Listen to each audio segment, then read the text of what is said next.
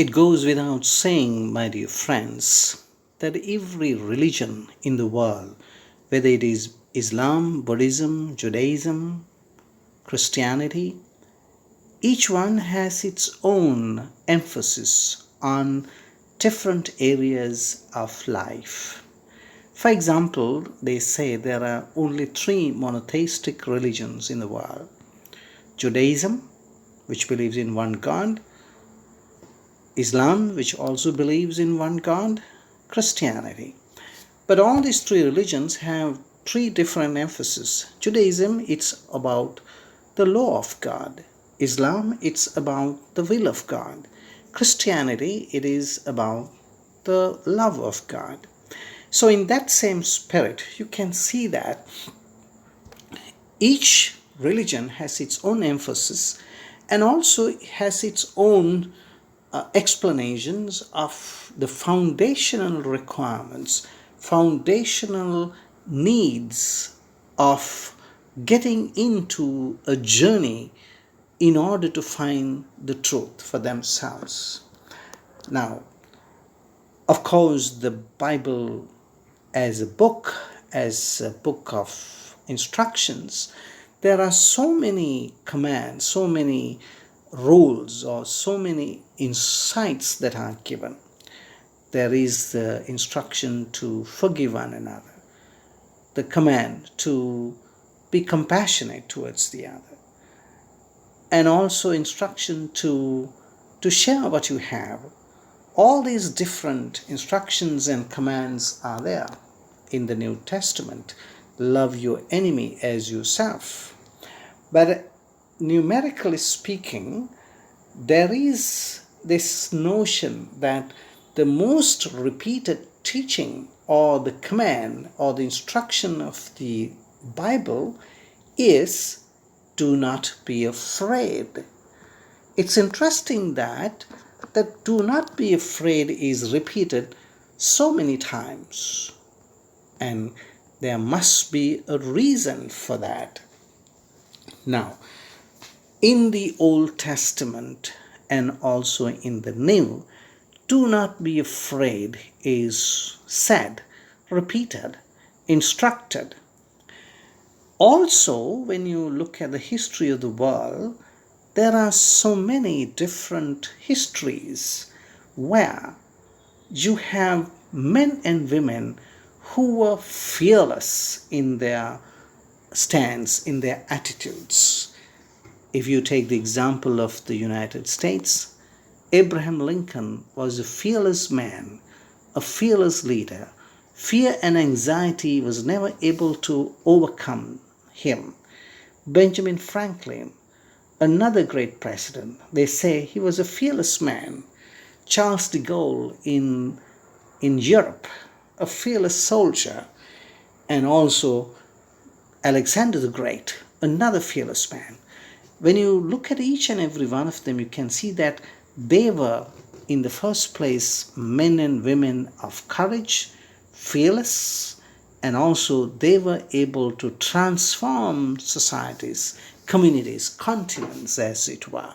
They were people who were having that capacity to somehow stand strong in terms of their enemies, in their circumstances, and be a light to the others. That's something that's very, very interesting, as it were, when it comes to each and every one of them. It's interesting to sometimes read what fearless men and women in the history of mankind believed in.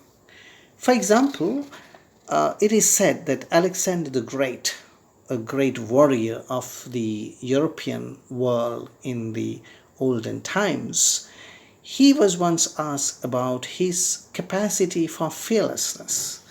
And it is said that he answered them saying, "Men's immortality is not living forever, but living each moment without fear."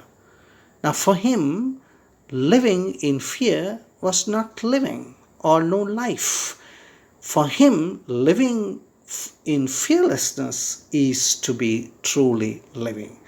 So when you have that inner disposition, the lengths that you can go to, the boundaries that you can achieve is enormous, as it were. Now, there is also another great figure who was known to be fearless, that is, the former President of United States, Benjamin Franklin. And he was also a fearless man who determined the course of history of United States at a certain stage. And it is said that when he was asked about his courage and fearlessness, and he said, only thing to fear in life is fear itself. Do not be afraid of fear. Take over that. Go beyond that. Then you can be a true leader, a true example of life.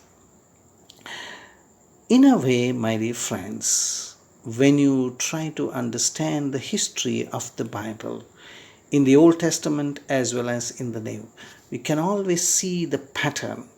When God chooses someone, for example, David and Jeremiah the prophet, the first expression they had about themselves and the mission they were asked to accomplish was fear. They were anxious. They did not want to do it. They wanted to run away from it. You can see that repeated always, or most of the time, when God had chosen them. But something happens within them whereby they become fearless, they overcome their fear and anxieties, and they become agents of transformation. Now, this is something that is very important for us as Jesus instructs his own disciples today, saying that do not be afraid of those who can kill your body, but be afraid of the one who can kill both the body and the soul. So, as I mentioned earlier, it is only when one is able to overcome the fear, anxieties that are within oneself, that that person becomes a true agent of God, a true agent of transformation, just as in the normal life, also in the life of faith. It is only when you have gone inside the cave, as it were, where you are fearful to enter, that you find the treasure of your life within. Right now, my dear friends, we as a nation, as a country, even as a world, we have confronted the entire pandemic of the coronavirus. It is our experience that as individuals and even as families, as communities, we have gone through or come out and expressed, or we could also see in our words and actions, the level of fear and anxiety that we display. Some of us are paranoid about contracting this infection, and some of us are not. It all depends how you feel, what sort of a person you are from within yourself. Now, in order to be a true disciple, true witness to Christ, it is important that we as individuals, even as communities, we encounter our inner life within. It is only when we have gone into that inner chambers of life that fearlessness becomes part and parcel of our journey of faith. Now, when you try to understand the whole emotion of fear and anxiety, in the science of deep psychology, it is said that fear and anxiety comes from one's own inner depths or the unconsciousness. When you have fears that are buried within you, when you have anxieties that are buried within you, they have the power to control you, limit you, sometimes even paralyze you. If it's only when you have gone inside into an inner experience of life, whether you are a person who is called to a religious life or to a political life or to whatever the calling that you have. It is only when I have confronted my own inner self, my own inner darkness within, that I will be able to come out of the cave. As Joseph Campbell has said, the cave that you fear to enter within yourself is where the treasure of your life is. We all, as human beings, as followers of Christ, as individuals living in societies, in families, and in countries and nations, we need to remember your life and my life has to emerge first from within, not from outside. And that is why Jesus says, do not be afraid of those who can kill your body, but be afraid of the one who can kill your body and your soul. There, Jesus is calling and challenging each and every one of us to, in the first place, confront the fears and anxieties within myself. That is, to confront my inner self. Begin a life, begin a journey that is centered on my inner soul. Because, after all, those who are afraid of men and women in this world, those who are afraid of leaders, political or religious, those who are afraid of future, those who are afraid of death, are people who have not gone inside themselves and asked themselves the question, what does it mean to live? Is my life a life that is limited to my own existence? A life that is limited to my work and my family and my time of living and my retirement and my health? If my life is limited by these little concerns, then fear and anxiety will always accompany me.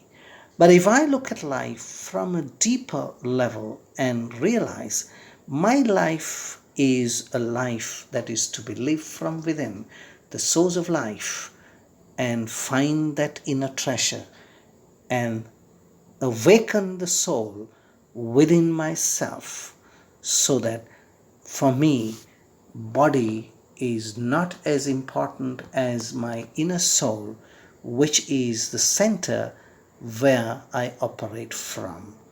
That is to be a follower of Christ. That is to be a disciple of Jesus, who was fearless and calls each and every one of us also to fearlessness in every sense of the word. Amen.